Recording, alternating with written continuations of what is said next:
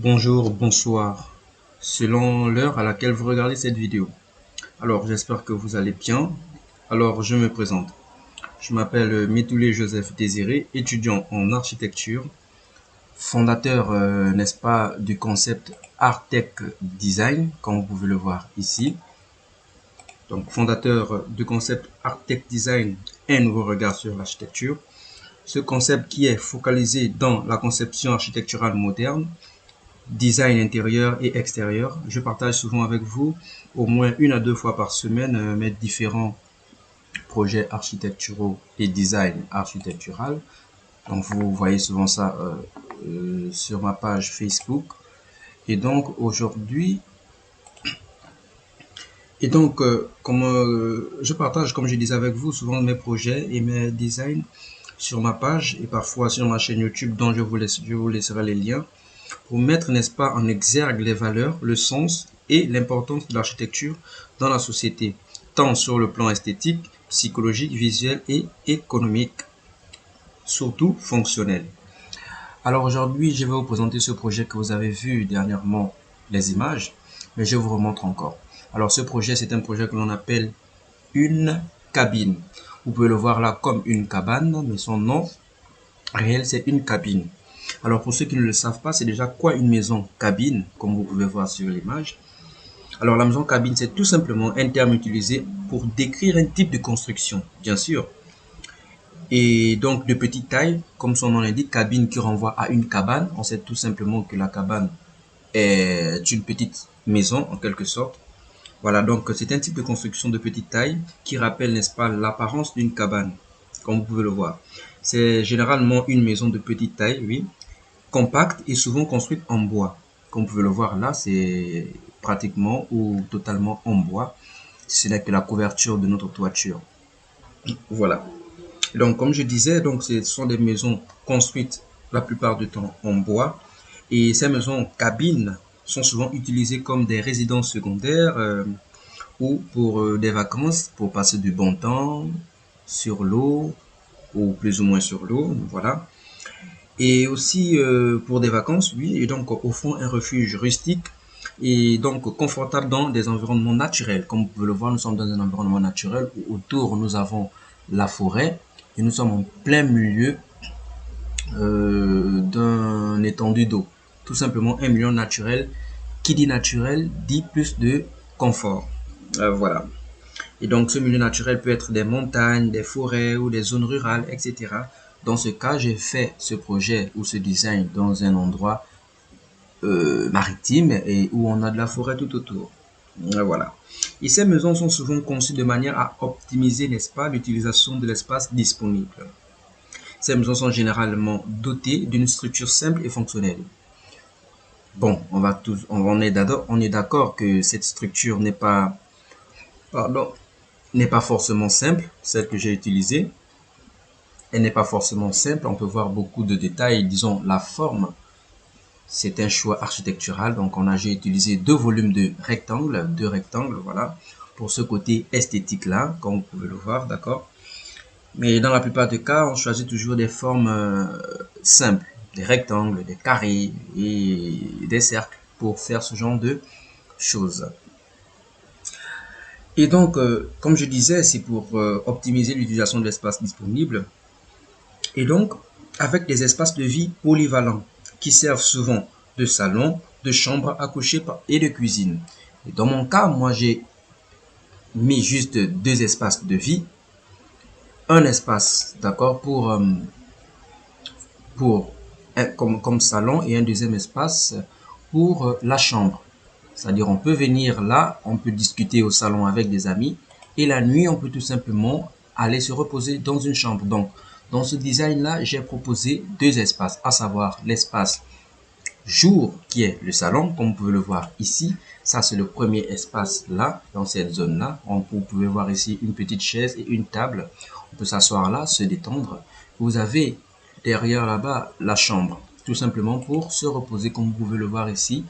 On a une chambre. Donc, dans ce design, on a juste deux espaces de vie, tout simplement. Voilà. Et donc, Elles peuvent, donc ces maisons-là peuvent être équipées de systèmes de chauffage efficaces. Bien sûr, nous sommes sur un milieu naturel, de préférence, sur ce projet, c'est sur de l'eau. Et donc, forcément, cette zone-là fait plus ou moins froid. Et donc, on installe le plus souvent des systèmes de chauffage. Voilà, pardon. Des systèmes de chauffage très efficaces. Des toilettes écologiques et de solutions énergétiques durables. Pourquoi le plus souvent on utilise des toilettes écologiques? Tout simplement parce que ce sont des toilettes à cabine aussi qu'on peut utiliser sur place et qu'on évacue ça dans un endroit approprié. C'est-à-dire, dans ce projet-là, je n'ai pas mis des toilettes tout simplement parce qu'on va se poser la question, pardon, qui est celle de savoir, mais comment est-ce qu'on peut faire ces besoins? Où seront évacués les déchets? Voici des questions qui se posent. Eh bien, pour mettre des toilettes écologiques, on peut tout simplement utiliser des cabines ou comment ça s'appelle déjà? Des cabines euh, ou des traiteurs. Voilà, des traiteurs pour tout simplement, euh, régler ce problème-là. Voilà. Et donc, les maisons cabines, comme vous le voyez, peuvent être construites de manière préfabriquée, c'est-à-dire c'est déjà fabriqué en usine et on vient tout simplement les placer sur notre plateforme, comme vous pouvez le voir ici. Ça peut être préfabriqué et on vient tout simplement l'installer sur l'endroit, sur le site. Ou ça peut être aussi des constructions faites in situ, c'est-à-dire sur site. Tous les éléments sont fabriqués sur le site. Voilà. Comme je disais donc, ce sont des maisons qui peuvent être préfabriquées, c'est-à-dire construites en usine et assemblées sur place. Ou comme je disais, construites sur mesure en fonction des besoins spécifiques du propriétaire. Et donc, elles ont gagné en popularité ces dernières années, ce genre de construction, en raison de leurs aspects écologiques qui ne demandent pas trop de ressources en électricité et en eau, comme on peut le voir dans nos habitations. Et donc de leur faible empreinte en carbone et de leur capacité à offrir une innovation totale de la vie urbaine trépidante. C'est-à-dire que tout simplement, dans ce cadre, dans ce milieu, dans ce genre de construction, d'habitation, on est éloigné de tout élément perturbateur que l'on peut retrouver dans nos zones habituelles, dans nos villes, dans nos quartiers où c'est plus souvent très bruyant. Et donc avec ce concept-là, ce choix-là, ce mode de construction-là, isolé dans un milieu naturel, alors je peux vous dire que le confort y est présent. Alors on va aller sur les plans pour faire un petit commentaire au niveau des plans que je devais normalement vous présenter bien avant les images. Et donc ici, je suis sur le logiciel Archicad, c'est mon logiciel de modélisation 3D. Et donc là, nous pouvons tout simplement voir l'entrée, c'est-à-dire par là où on y accède pour arriver dans la maison. Voilà, on a une passerelle ici qui fait pratiquement 1,60 m, d'accord, avec une épaisseur de 8 cm.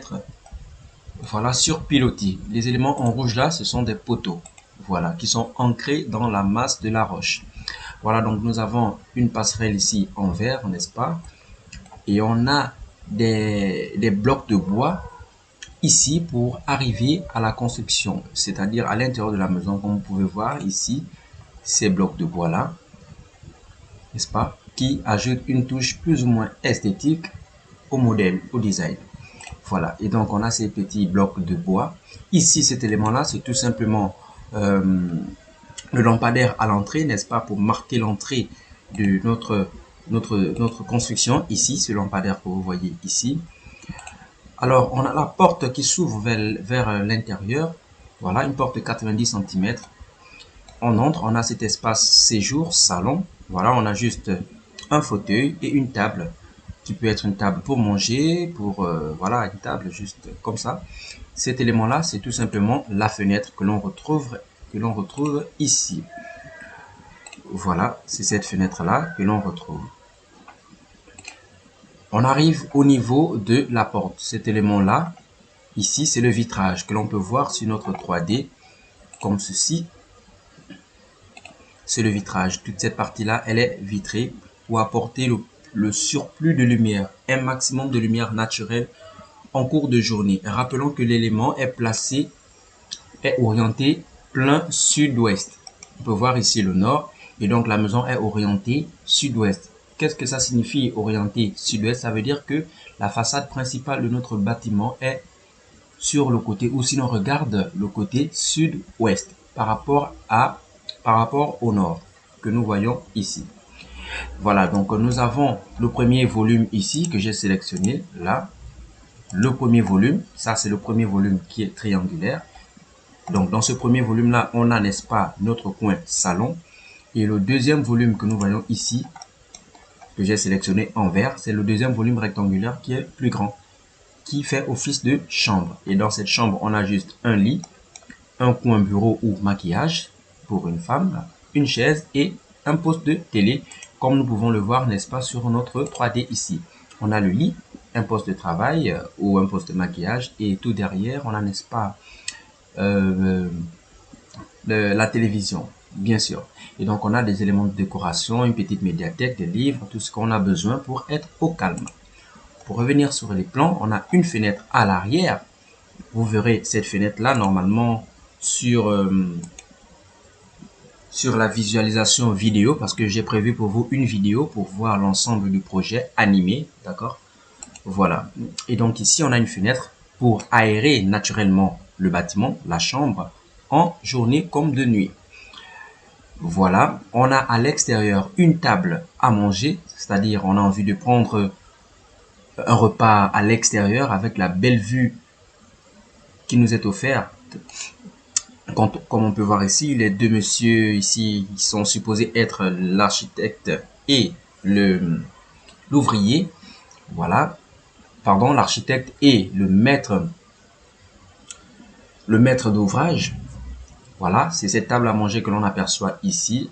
On revient sur le plan. On peut voir ici une petite table qui peut servir pour discuter entre amis au bord de l'eau avec une petite banquette là où un enfant peut s'asseoir pour contempler, un enfant ou un adulte pour contempler les merveilles de la nature, comme on peut voir sur notre 3D. Ici, c'est la petite table avec les deux chaises où on peut passer du temps avec un ami et discuter et tout. Voilà, et voilà la banquette ici pour prendre du temps, s'asseoir, contempler les merveilles de la nature. Au niveau de la coupe CC que vous voyez ici, cette coupe-là que j'ai sélectionnée, on peut la voir ici, d'accord? On peut voir que l'élément est bel et bien sur des poteaux. Donc, notre construction est sur pilotis. Rappelons aussi que l'élément est construit dans une zone très peu profonde, d'accord? On va voir ici qu'on a un poteau déjà de 2,67 m. Donc, l'élément n'est pas situé sur une zone très profonde. Donc, c'est au bord d'une zone plutôt végétale, d'accord? Voilà, on a ici la passerelle. Donc, comme vous pouvez le voir, j'ai fait un garde-corps qui rappelle, n'est-ce pas, les mouvements des vagues. D'accord, un garde-corps plus ou moins qui est des formes des vagues pour, n'est-ce pas, apporter toujours cette touche-là, cette petite connexion entre ce que l'on conçoit et le site. Donc, votre construction doit avoir un lien, sinon une communication directe ou indirecte par rapport au site où il est situé. Voilà, on peut voir la coupe ici. Ça, c'est la première coupe. La deuxième coupe, elle est là. Ça, c'est la coupe qui passe par le salon. Cette coupe C1 là, à ce niveau. Une coupe brisée, n'est-ce pas, qui passe par le salon et qui regarde vers la chambre. Donc, on peut voir ici l'élément que j'ai sélectionné là. C'est le premier volume, le premier rectangle qui couvre, n'est-ce pas, le coin salon. Et ici, c'est le premier triangle. Ici, c'est le deuxième triangle qui couvre, n'est-ce pas, le coin chambre. Voilà pour ce qui est des plans et des coupes et des images 3D. Maintenant, je vous laisse admirer tout simplement les vidéos. L'image vidéo, d'accord? Voilà, on a deux images vidéo, sinon deux rendus vidéo. Le premier rendu, c'est un rendu de jour et le deuxième rendu, un rendu de nuit. Voilà. Et donc, on vient là. On peut voir ici comment le soleil est merveilleux. Là, nous sommes aux environs de 14h, 15h. Voilà. Normalement, ici, nous avons l'entrée Donc cette allée-là, c'est l'entrée principale de notre cabine en forme de triangle. Voilà, c'est tout simplement magnifique. Donc accessible par bateau. Donc on est au niveau de la ville, par exemple là-bas. Vous voyez ici, la ville se trouve tout simplement derrière notre beau paysage. Et donc on a l'entrée. Vous voyez le garde-corps qui a la forme, qui rappelle les formes de des mouvements de nos vagues, d'accord. On peut voir ici des rochers, nos pilotis, nos poteaux qui sont ancrés dans la masse des rochers. Rappelons aussi que notre toiture est en bardage bois. Voilà, avec un parquet pour notre plateforme en séquoia laqué vertical. Voilà, vous pouvez voir ici à ce niveau la fenêtre que l'on voyait sur le plan qui est circulaire. Pourquoi circulaire? Tout simplement pour reprendre la forme incurvée du sommet de notre triangle. D'accord, pour pas mettre un truc rectangulaire ou carré, ce qui n'est pas très beau d'ailleurs par rapport à la forme de notre construction. Et donc j'ai pensé à mettre une fenêtre circulaire qui reprend la forme curviligne du sommet de notre triangle. On continue. Voilà. Et donc là on a l'arrière. On peut voir le petit garçon qui gesticule là au niveau de la banquette. Voilà. Avec un très beau ciel et une très belle vue. Voilà, accessible en bateau.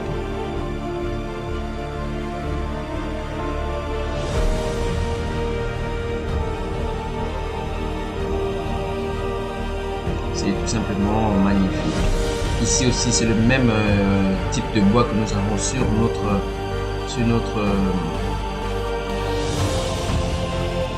notre passerelle, même séquoia.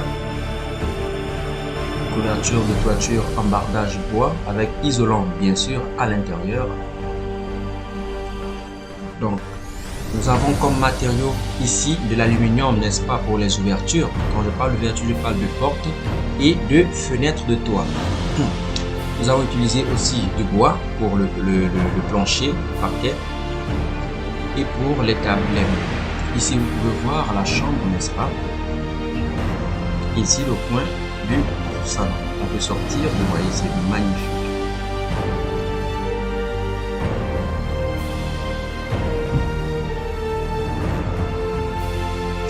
Voilà pour ce qui est de la vue de jour. Ensuite, on va prendre une vue de nuit pour voir comment l'éclairage a été géré. Voilà. Pardon. Alors on peut voir comment l'éclairage a été géré. Normalement, au niveau de la passerelle, nous avons des spots lumineux qui montrent vraiment qui font ressortir les détails de notre bois, du bois utilisé au niveau de la passerelle. Aussi, on a des spots linéaires. Qu'est-ce que je dis? On a des lumières LED, pardon, des lumières LED au niveau de la passerelle, au niveau de notre plateforme rectangulaire, qui remontre bien les formes de notre construction. Ces lumières LED là sont aussi situées, n'est-ce pas, aux extrémités de notre premier volume triangulaire pour, n'est-ce pas, montrer premier volume et deuxième volume rectangulaire pour montrer quelque peu notre toiture. Voilà, on peut voir ici les lumières LED. Il y a aussi des lumières LED sous le plancher pour éclairer le bas de notre construction, pour avoir une sensation de flottaison, pour avoir l'impression que le bâtiment ou la construction flotte sur l'eau. Il y a des lumières LED sous le plancher. Voilà, ici on va rentrer dans le coin du salon. Tout est en bois. Au plafond, nous avons utilisé un bois clair. Nous avons la lumière extérieure. C'est magnifique.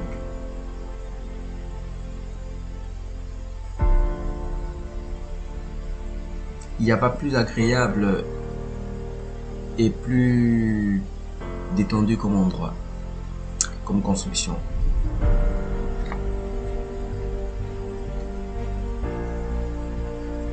Voilà.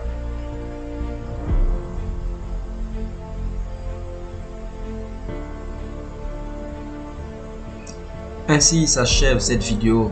Je vous ai présenté un peu notre design.